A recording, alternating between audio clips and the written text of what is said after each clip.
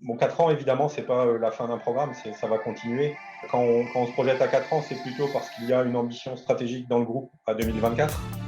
Et en parallèle de cette ambition stratégique, il était nécessaire d'adapter sur certains volets le système d'information. Et donc, c'est plutôt une succession de projets qui nous permettra d'arriver dans une situation qu'on a définie en début de programme en 2024.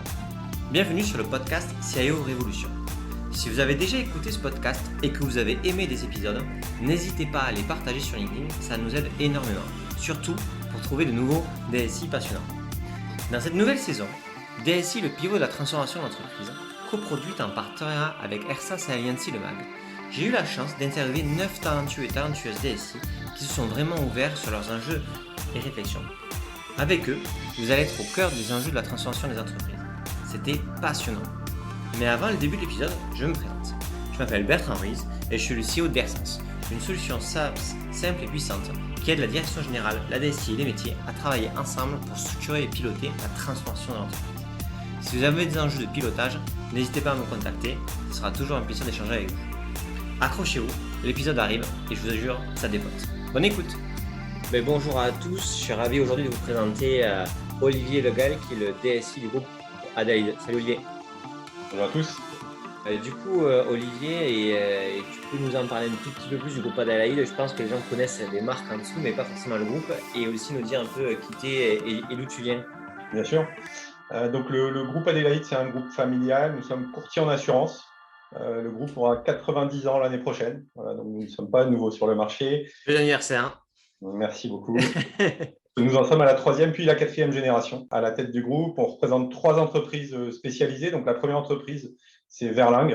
Verlingue est courtier en assurance dans la protection des entreprises. Ensuite, Génération, qui est aussi courtier en assurance, mais spécialisé dans la gestion des prestations en prévoyance et en frais de santé. Et enfin, Coverlife, qui est spécialisé dans la distribution digitale pour les particuliers. En termes de positionnement, nous sommes dans le top 10 en France et dans le top 50 mondial. Ça représente 2,6 milliards d'euros de primes négociées et 2,1 millions de personnes assurées chez nous. Donc, pour faire tout ça, nous sommes 2200 collaborateurs en Europe, avec 4 pays, 27 implantations. Donc, évidemment, la France, mais aussi la Grande-Bretagne, la Suisse et le Portugal. Et en 2021, le chiffre d'affaires combiné représente 300 millions d'euros. Ok, donc beau groupe familial. C'est ça. 90 ans. Et toi, ton parcours, c'est quoi? Tu es un DSI tech. Tu as fait un peu de business. C'est quoi ton profil? Alors, ça fait 5 ans que je suis dans le groupe. Je suis rentré dans le groupe par le côté maîtrise d'ouvrage. Okay. J'ai à peu près 10 ans d'expérience en maîtrise d'ouvrage et au préalable, j'étais plutôt dans la technique, dans l'industrie agroalimentaire. Je travaillais dans le monde SAP. Ok. Et donc, du coup, quand tu rentres en termes de maîtrise d'ouvrage, c'était quoi le besoin à la base exprimé par l'entreprise?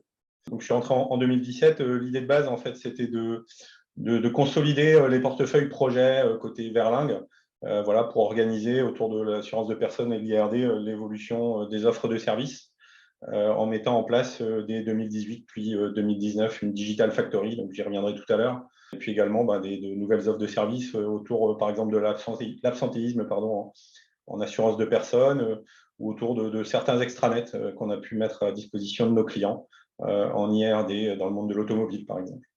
Ok, très clair. Et donc, du coup, toi, tu me disais, quand on avait discuté, qu'il y avait un vrai grand plan stratégique, une vraie orientation forte là. Est-ce que tu peux nous en parler un peu plus? Ouais, voilà, donc le plan stratégique s'appelle Impact 2024. Il est porté évidemment par Jacques Verlingue et par Benjamin, son fils. Si je devais résumer ce plan en une phrase, c'est une phrase que je vais reprendre de Jacques, hein, c'est bâtir un grand groupe de courtage en assurance de dimension européenne, familiale et indépendant.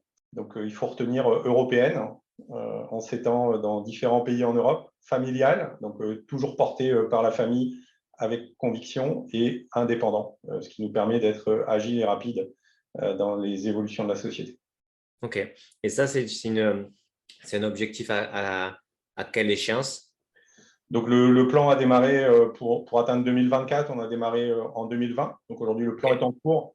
Si je devais le résumer sur 6 axes, Le premier, évidemment, c'est le commerce et le professionnalisme auprès de nos clients. Le deuxième, c'est l'expérience client, les parcours clients, quel que soit le type de client. Évidemment, l'efficacité opérationnelle dans les entreprises du groupe.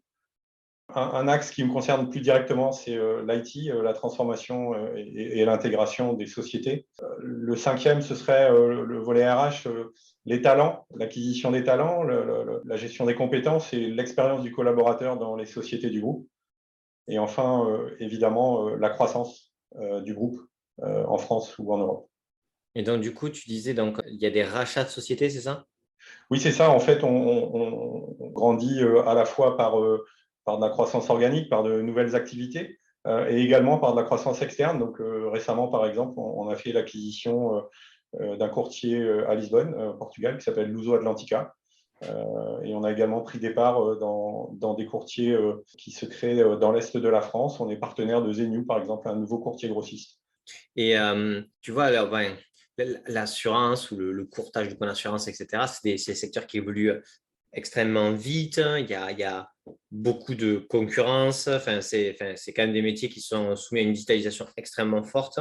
Donc, j'imagine que ça met en pression aussi les processus et les acquis de la société. Et en même temps, donc sur ce que vous faites déjà, et en même temps, vous allez racheter des sociétés. Donc, du coup, l'intégration de ces sociétés, c'est encore un autre enjeu.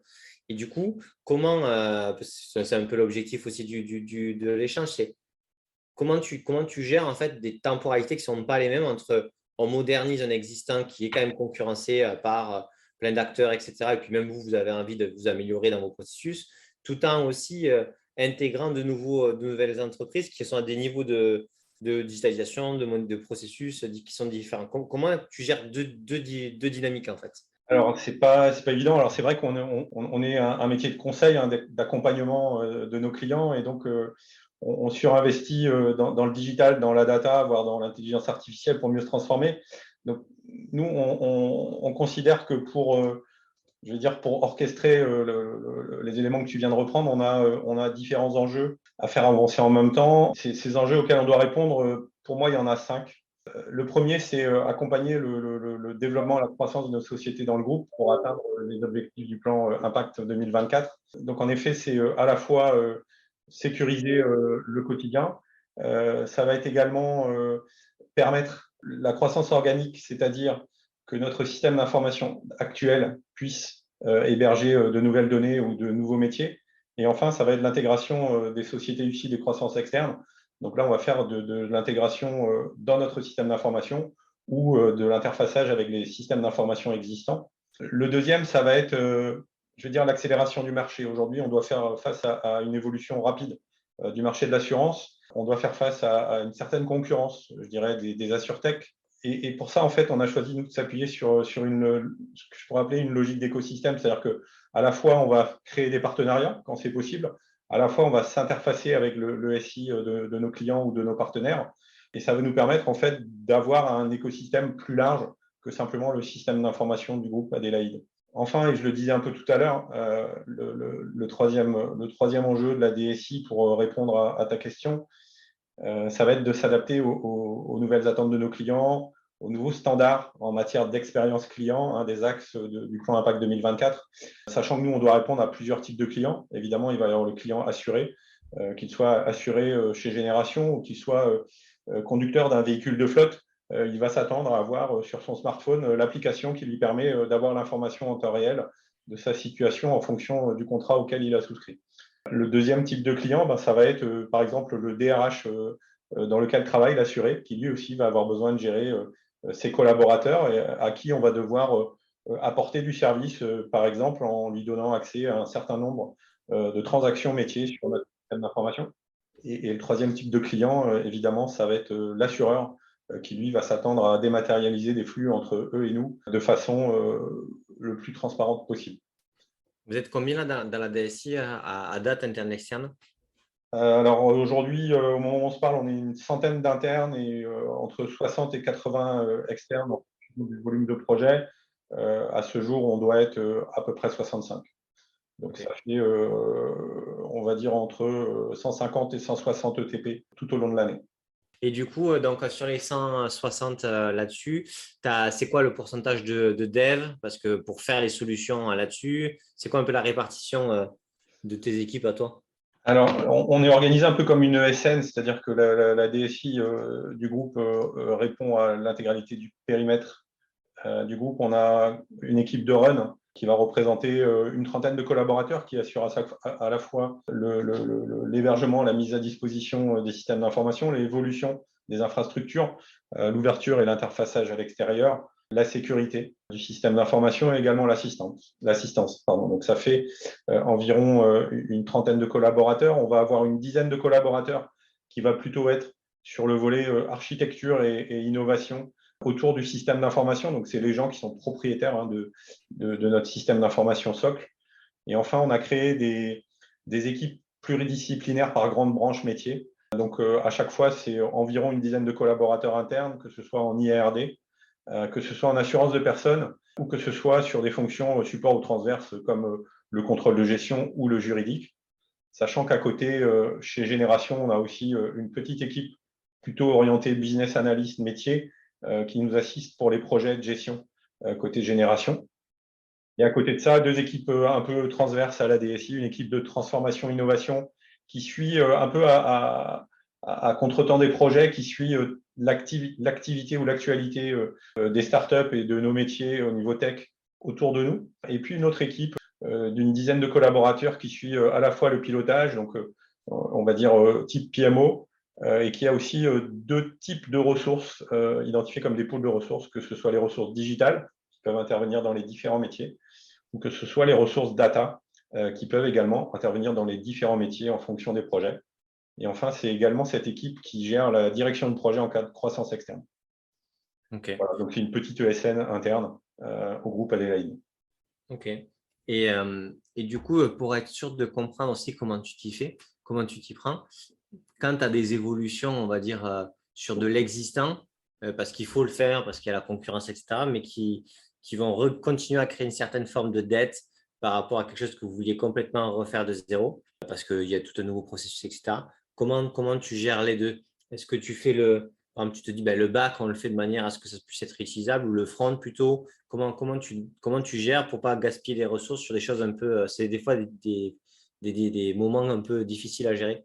Oui, bien sûr. Donc, évidemment, ce n'est pas évident. Donc, on va parler, je pense, tout à l'heure de notre programme de modernisation du socle. Je vais parler priorisation. On a un portefeuille projet assez conséquent pour le groupe. Et ce portefeuille projet adresse à la fois les évolutions, la transformation du système d'information et également l'évolution sur l'existant, parce qu'évidemment, il faut continuer à faire vivre l'existant. Et évidemment, sur un plan à 4 ans, on ne peut pas arrêter les évolutions sur le socle sur cette durée. Donc, à la fois, on continue à faire vivre l'existant, à la fois, on modernise. Évidemment, on le fait intelligemment. Actuellement, par exemple, on est en train d'intégrer une brique logicielle sur un volet risque d'entreprise. En même temps, on ne fait pas d'évolution majeure sur le socle risque d'entreprise puisqu'il est amené à passer sur un autre outil au début de l'année 2023. Ok. Donc, bon, tu as un gros portefeuille de projets, tu essayes de le faire de manière intelligente, pas vous continuez à faire les évolutions, mais pas les grosses briques hein, pour éviter de gaspiller. Ok. Donc, du coup, modernisation du socle. Je me l'étais écrit cette phrase parce que je trouvais ça vraiment sympa. Tu m'avais dit la modernisation du SI, c'est mettre en place une architecture qui permettra de porter les futurs besoins métiers, les offres de services et les échanges avec les partenaires via un système ouvert. Tu m'avais dit que c'était ta définition de la modernisation. Je trouve ça très clair et très précis. Est-ce que tu peux nous parler un petit peu de concrètement ce que ça veut dire chez vous à Verling, mais aussi ce que c'est pour toi en fait la modernisation? C'est ça. Donc, la modernisation fait partie du plan de transformation. On pourrait rapprocher la modernisation, comme tu l'as dit, du socle du système d'information. C'est-à-dire que pour envisager de nouvelles offres de services pour nos clients, il faut déjà bâtir le socle technique et architectural qui nous permettra à la fois de porter l'existant, mais aussi de porter ce que tu as dit toi-même, hein, les futurs besoins métiers, c'est-à-dire les besoins qu'on n'a pas forcément encore, les interfaçages avec des partenaires qu'on n'a pas forcément encore, ou même de la croissance externe qu'on n'a pas encore identifiée. Donc, c'est un peu comme une multiprise qu'on est en train de fabriquer et qu'on a construit autour de 5 axes. Donc, le premier, et comme beaucoup des personnes qui nous écoutent, ça va être la modularité du système d'information. On part de quelque chose qui répond aux besoins, mais qui est plus monolithique et qu'on a décidé de modulariser pour être beaucoup plus flexible et beaucoup plus agile dans nos futurs métiers. On a aussi décidé d'améliorer sur certains points de notre applicatif la couverture fonctionnelle, par exemple pour adresser mieux de nouveaux métiers. Je pense par exemple à la prévoyance en individuel. Voilà, on a décidé de mieux servir le volet de la prévoyance en individuel en améliorant la couverture fonctionnelle de ce métier. Évidemment, il ne faut pas réfléchir à un nouveau système d'information sans intégrer les possibilités technologiques d'aujourd'hui. Donc, on va parler de RPA, on va parler d'intelligence artificielle. Alors aujourd'hui, on en fait un peu, on voudrait en faire beaucoup plus et donc on se structure pour ça. On a la chance de travailler dans un domaine, alors certes réglementé, mais qui manipule beaucoup de données.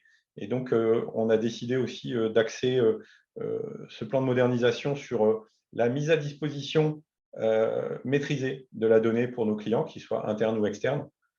Et enfin, et je pense que c'est un élément important, on ne lance pas un plan de modernisation qui va durer 4 ans sans envisager une trajectoire avec des états stables sur la durée. C'est-à-dire qu'on a envisagé une trajectoire qui permet à peu près tous les 6 mois, métier par métier, de se poser, de se dire « Ok, ce qu'on a fait, c'est bien, c'est pas bien, il faut adapter, il faut aller plus vite, il faut faire un peu différemment. » Ou on peut continuer la trajectoire initialement envisagée. Et donc tout ça, ça donne la modernisation du SI. Donc aujourd'hui, on a 1 an et demi de recul sur le sujet.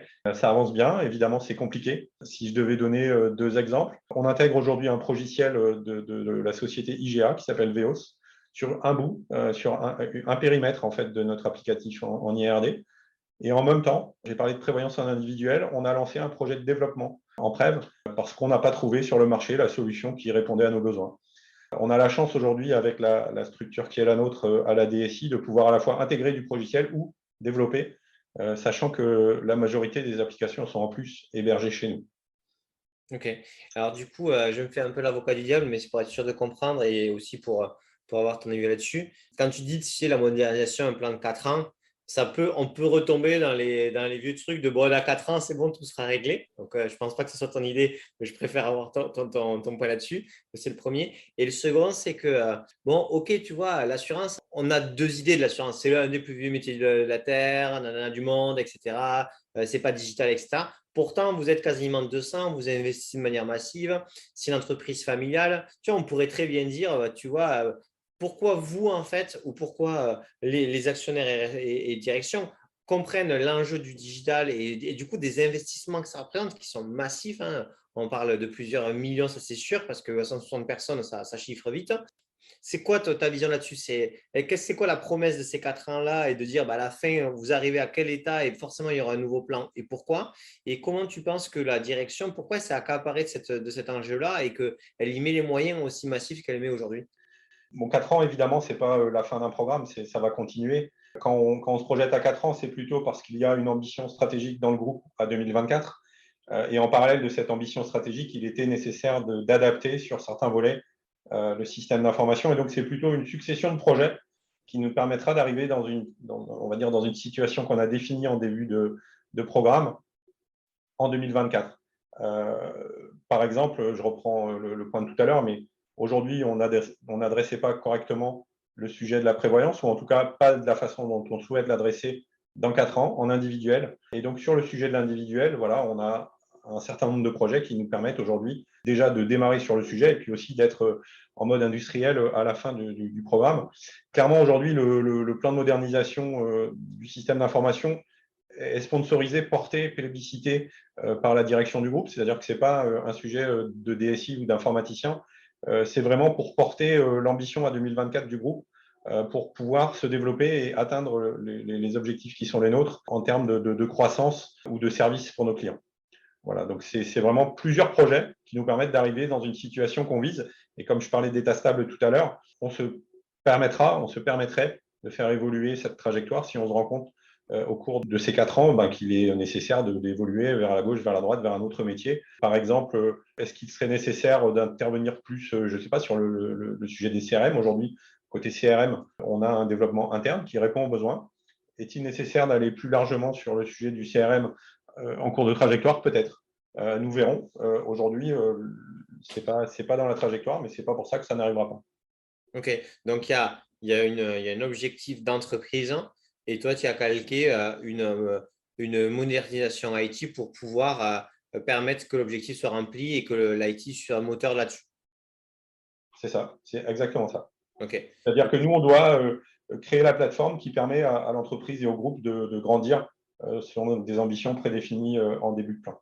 OK. Et du coup, tu vois, c'est critique constructive, hein, mais du coup, je te le dis, je me dis, tu vois, tu sais pas le bon mot modernisation parce que demain, il y a un autre plan et tu vas encore faire de la modernisation. En fait, c'est comme si toi, le nom de ton programme de transformation, il est orienté sur l'entreprise, tu vois, mais il y a le marketing du nom il est là, il est très orienté, comme on dirait, on modernise le truc tech pour la tech, tu vois ce que je veux dire, alors que c'est pas du tout le cas. Alors, ce n'est pas du tout le cas, mais je veux dire, le plan au global n'adresse pas que le volet socle Et oui, qu'on appelle MSI. Si je devais donner un autre pan de notre, alors je vais appeler plan de transformation, même si j'aime pas trop le terme, on a décidé de créer une digital factory. Donc en OK. même temps qu'on modernise, puisque c'est le terme qu'on a arrêté, notre socle, notre système d'information socle, on a créé une digital factory qui a pour but d'industrialiser la production d'applications digitales, de réduire le temps de production pour livrer au fil de l'eau des évolutions visibles pour nos clients, d'intégrer nos clients dans les réflexions pour construire les produits et leur fournir la meilleure expérience possible. Donc cette Digital Factory, elle est au sein de la DSI, mais elle est composée d'équipes pluridisciplinaires, alors internes et externes, avec des expertises digitales et elle travaille en mode agile. Et cette Digital Factory, aujourd'hui, elle est pleinement opérationnelle. Elle livre déjà nos différents clients. Je peux citer un projet récent qu'on a livré pour gérer la flotte de bus de la RATP, par exemple, grâce à la Digital Factory. Et donc, on a décidé de faire héberger cette Digital Factory dans un environnement, je n'aime pas non plus le terme disruptif, transformation disruptive. Mais de toute façon, dans nos métiers, les mots sont tous galvaudés, donc à la fin, on ne sait plus quoi utiliser. Ah, Tu donc, disais que tu n'aimais pas le mot plan de transformation. Pourquoi? Dis-moi, qu'est-ce que tu y colles, toi, derrière? en fait, quand je parle de modernisation du SI, en tout cas au moment où on fait cet entretien, tout le monde comprend qu'on va moderniser le système d'information existant.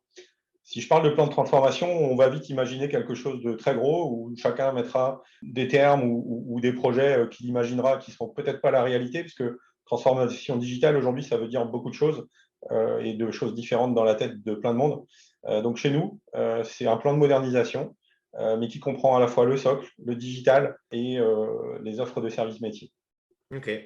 C'est fou, hein, comme la comitologie des communes ou pas, les sens derrière. De toute façon, dans tous les cas, maintenant, quand tu utilises un mot dans l'entreprise en interne, en externe, si tu ne l'expliques pas avec l'essence que tu mets derrière, il y a une chance sur deux pour que ça ne marche pas. C'est ça, et nous, on passe vraiment beaucoup de temps à vulgariser, à expliquer ce qu'on fait. C'est très important que ben, nos clients, les métiers de Verlingue Génération ou Cocoon, ou les directions de ces sociétés comprennent ce qu'on est en train de faire, pourquoi on le fait et qu'est-ce que ça va leur permettre de proposer aux clients derrière. C'est très important pour nous et ça prend évidemment un peu d'effort parce que derrière, c'est des vrais sujets techniques, mais c'est important que tout le monde comprenne que c'est un projet d'entreprise. Ok, très clair. Est-ce que par rapport à, du coup, à la relation que toi, tu as avec les autres métiers, vu que tu modernises dans le fait de permettre enfin, de faciliter des intégrations de rachat, de répondre à la concurrence ou autre, toi, tu t'es structuré, tu disais, avec des équipes qui s'étaient spécialisées par typologie de métier, c'est ça? Oui, c'est ça. En fait, on a créé ce qu'on peut appeler des équipes pluridisciplinaires ou des équipes métiers.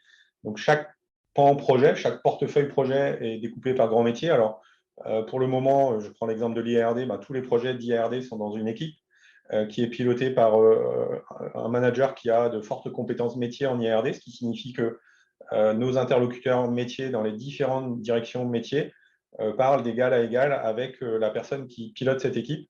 Et à l'intérieur de l'équipe, après, on va retrouver des responsables de domaine, des directeurs de projet qui sont plus techniques. On va aussi trouver des business analysts, métiers. Et cet ensemble de collaborateurs, qui peut aussi faire appel à de la prestation externe, s'appuie aussi sur des développeurs internes ou externes. Et tous ces gens-là mènent l'intégralité des projets IARD dans une équipe unique, identifiée. Et donc, c'est assez clair. Ils peuvent monter en compétence sur différents sujets et même potentiellement, pourquoi pas, passer d'un sujet métier à un sujet technique s'ils ont l'appétence pour le faire. Et est-ce que les business analysts, ils sont dans ton équipe ou ils sont dans une autre équipe? Ils sont dans ton équipe. Alors, quand je suis arrivé chez Verlingue, j'étais directeur de la maîtrise d'ouvrage. Et quand j'ai intégré la DSI, j'ai proposé d'organiser la DSI par équipe, je vais dire produit ou métier, et d'intégrer ces ressources à l'intérieur de la DSI. Donc, ça fait 2 ans et demi qu'on fonctionne comme ça. Ça marche plutôt bien et ça permet aux différents patrons métiers ou clients dans les métiers de comprendre que quand ils s'adressent à la DSI, en face, il y a des gens qui comprennent leur métier et les enjeux de leur métier.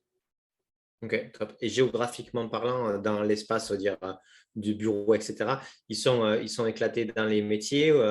Comment ça se passe? Alors, on a la chance d'être dans un groupe qui est assez étalé en France et en Europe. Et donc, rien que pour la DSI, on a 7 sites identifiés. Donc, je reprends l'exemple du manager en IRD.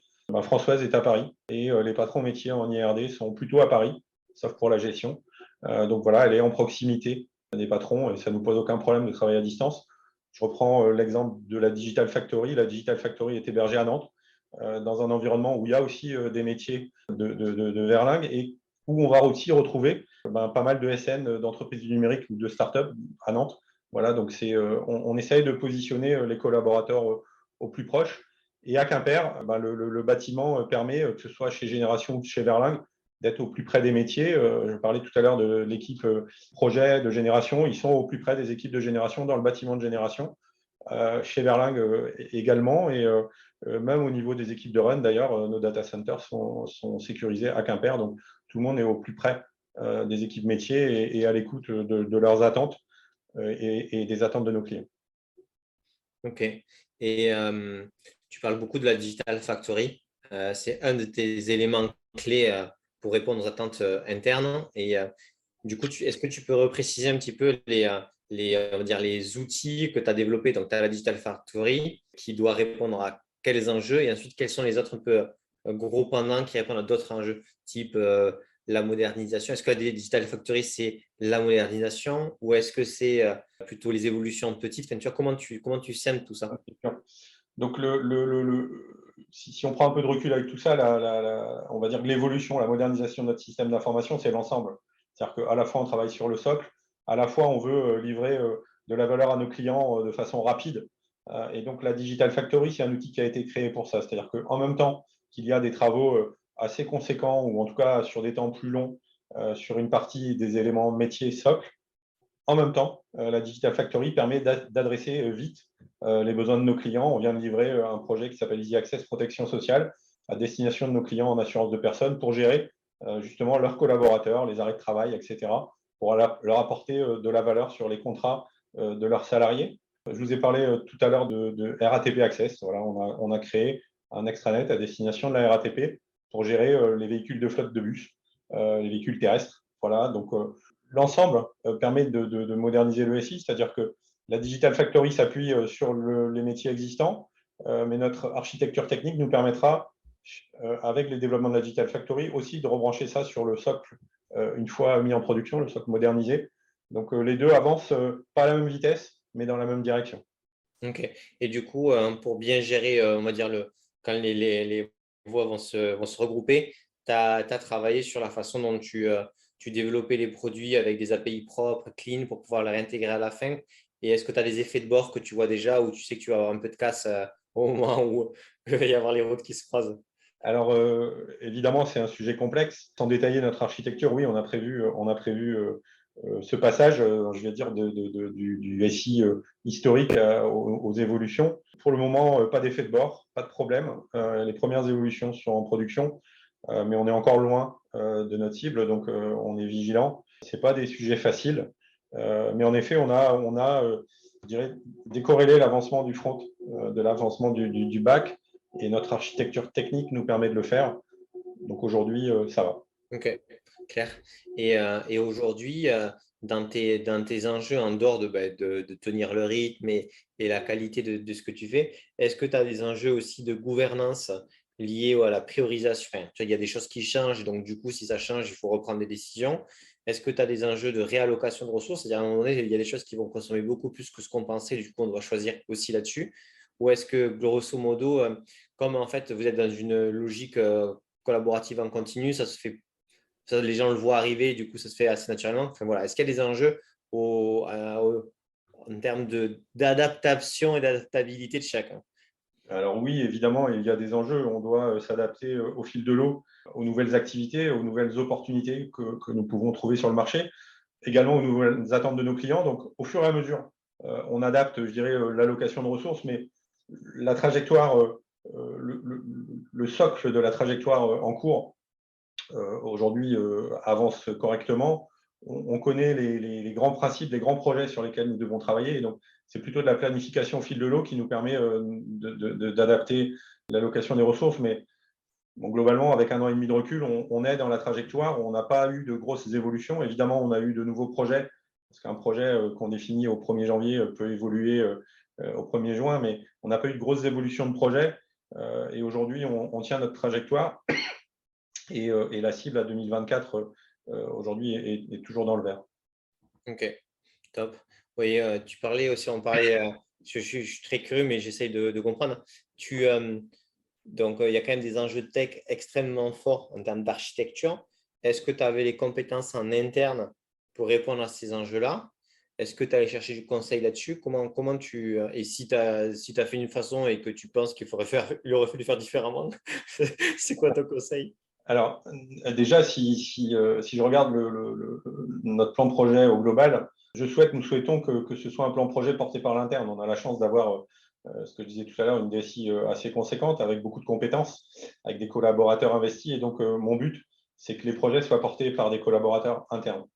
Après, évidemment, sur des projets avec de tels enjeux, on n'a pas toute l'expertise en interne et il est évidemment nécessaire de se faire assister. Donc, oui, même si on a une équipe d'architecture interne tout à fait compétente, hein, on s'est appuyé quand même sur un architecte d'entreprise externe pour voilà, challenger les orientations, pour nous aider sur certains éléments. Également, tout à l'heure, je parlais de prévoyance. Sur la durée du projet, il nous a paru opportun d'aller chercher aussi de l'expertise en prévoyance dans le monde des systèmes d'information pour envisager un SI cible avec le maximum de nouvelles fonctionnalités pour faciliter la vie du collaborateur et l'expérience des clients.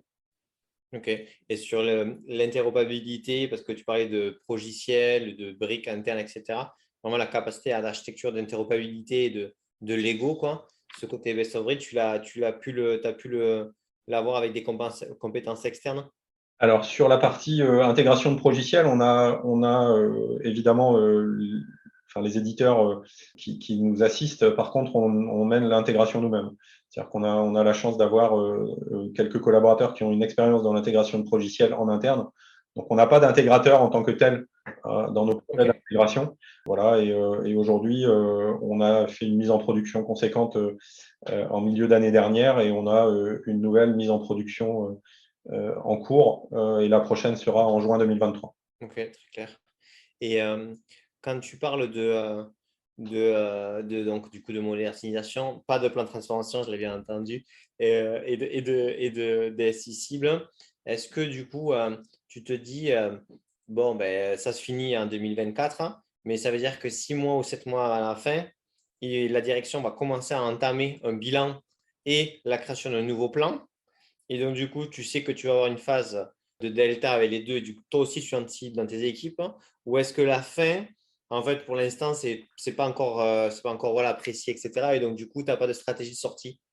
En fait, je ne pense pas qu'on puisse parler de stratégie de sortie, parce que comme j'ai dit tout à l'heure, alors même si on a un horizon à 2024, au fur et à mesure de l'avancée des projets, on a la chance d'être dans un groupe très dynamique qui se développe, et donc on aura assez vite de la visibilité sur 25 et sur 26. Ok. Et on va continuer à alimenter notre trajectoire de cette façon. Donc, à aujourd'hui, oui, on a de la visibilité à 2024. On commence à avoir des orientations en parallèle sur d'autres sujets, même s'ils ne sont pas encore dans la trajectoire, ça va venir. Donc, on ne va pas s'arrêter en 2024, on va continuer après 2024, mais il paraîtra sans doute raisonnable, et même avant 2024, de regarder dans le rétro pour voir si ce qu'on a fait, c'est conforme à ce qu'on attendait et s'il est nécessaire d'adapter ou pas notre façon de faire ou notre trajectoire.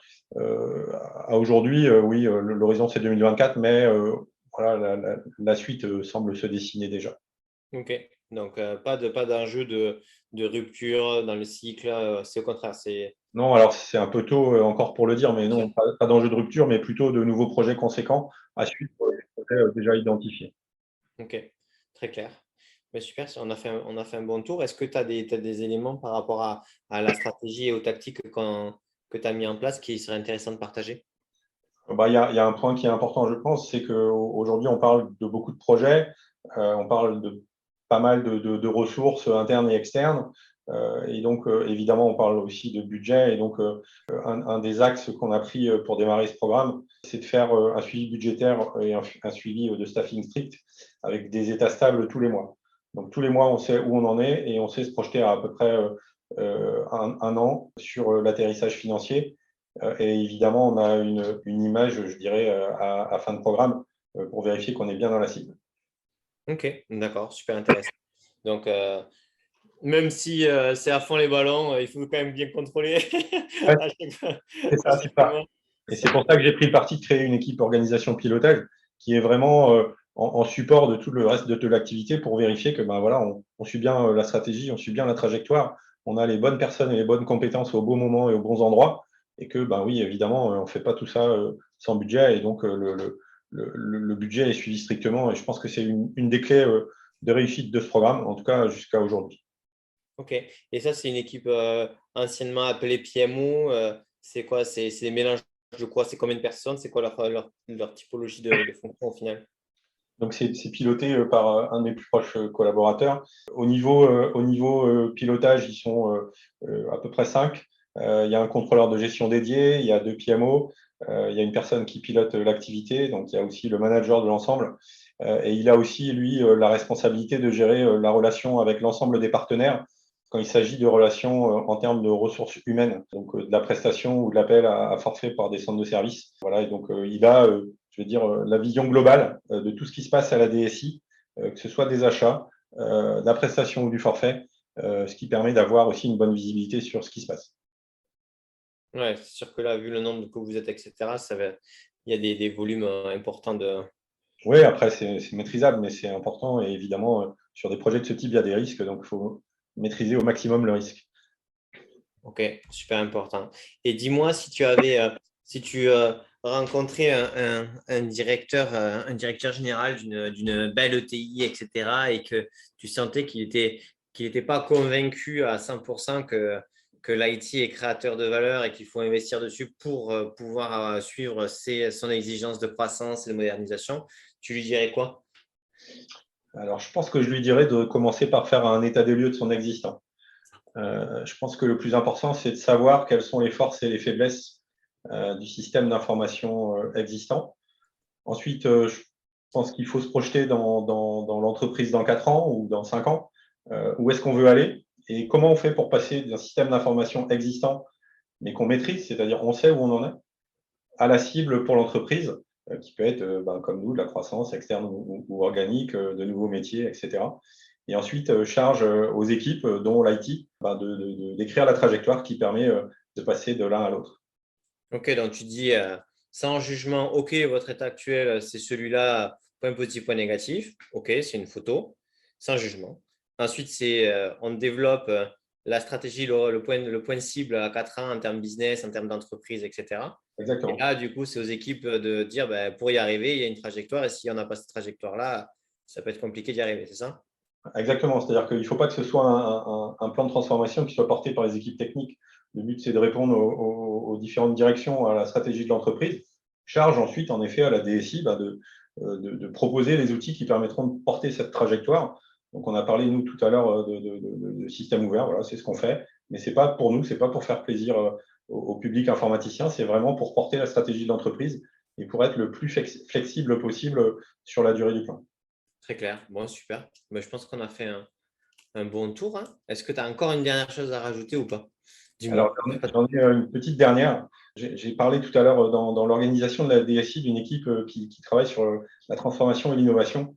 Je pense que c'est nécessaire d'avoir des collaborateurs qui s'intéressent à ce qui se passe autour de nous en termes de techno, en termes d'évolution dans les startups, en termes d'innovation sur l'intelligence artificielle, par exemple. C'est des collaborateurs qui ne vont pas forcément mener des projets, mais qui vont nous apporter une ouverture d'esprit sur ce qui se passe autour de nous. Et ça nous permet ensuite, quand on définit des projets ou quand on réfléchit à notre trajectoire, de dire ah oui, je me rappelle, on avait parlé par exemple, de reconnaissance d'écriture manuscrite sur les constats en automobile. On en a besoin aujourd'hui ou pas. En tout cas, on sait que dans l'équipe innovation, ils y ont travaillé. Donc, prendre le luxe d'avoir cette typologie de personnes et d'équipes, c'est important, c'est ça? Exactement. C'est-à-dire que c'est des personnes qui sont plutôt en amont des projets, qui vont assister les métiers, soit sur des nouvelles façons de faire les choses, soit sur des ateliers d'idéation, par exemple, pour essayer d'imaginer l'offre de service de demain qu'on n'a pas encore imaginé et qui viendra se plugger sur la plateforme dont on parlait tout à l'heure. Ça, ça pouvait être des précarés du pur marketing. Et aujourd'hui, vu qu'il y a beaucoup de tech là-dedans, ça peut être aussi dans les équipes transfo qui sont à la DSI. C'est ça que tu dis? Ouais, alors c'est en adhérence avec les deux. On a la chance d'avoir une direction communication marketing groupe qui est forte. Le sujet, c'est qu'après, à un moment, on vient quand même plutôt sur de la tech. Donc voilà, il y a une petite zone de superposition là, ça se passe super bien. Et à un moment, on bascule sur des sujets techniques. Et là, oui, c'est versé à la DSI. Bon, j'espère que vous avez apprécié cet épisode. N'hésitez pas à le partager sur LinkedIn en me taguant, je répondrai à vos questions et mon interview le fera aussi avec plaisir. C'est super important pour faire connaître le podcast et ça nous motive à faire toujours de nouveaux épisodes. Encore merci pour tous et on compte sur votre partage.